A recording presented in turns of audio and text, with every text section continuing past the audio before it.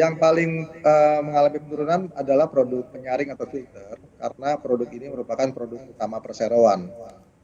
Ini yang paling banyak mengalami penurunan, ya kurang lebih sebesar 12% dibandingkan periode yang sama, kuartal yang sama.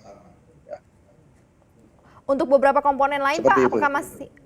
untuk beberapa komponen lain apa masih perform, apa masih cukup baik begitu, tapi apakah juga angkanya turun begitu, tidak seperti penjualan pada tahun-tahun yang sebelumnya Pak?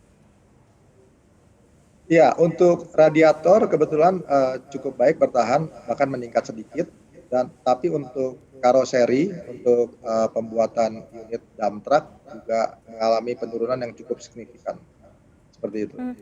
Kalau dilihat dari produk filter ini kan termasuk komponen utama yang dimiliki oleh SMSM ya Pak ya. Kenapa ini paling banyak Pak? Faktor apa kira-kira yang memang membuat tekanan di sebesar 12% untuk penjualan produk filter ini Pak? Oke, tekanan terutama terjadi pada pasar ekspor ya. Pasar ekspor itu turun kurang lebih 12%, sedangkan kalau lokal hanya sekitar 5%. Tekanan pasar global ini karena terutama ada beberapa negara tujuan ekspor kita yang mengalami lockdown, sehingga kita tidak bisa kirim barang ke sana seperti itu.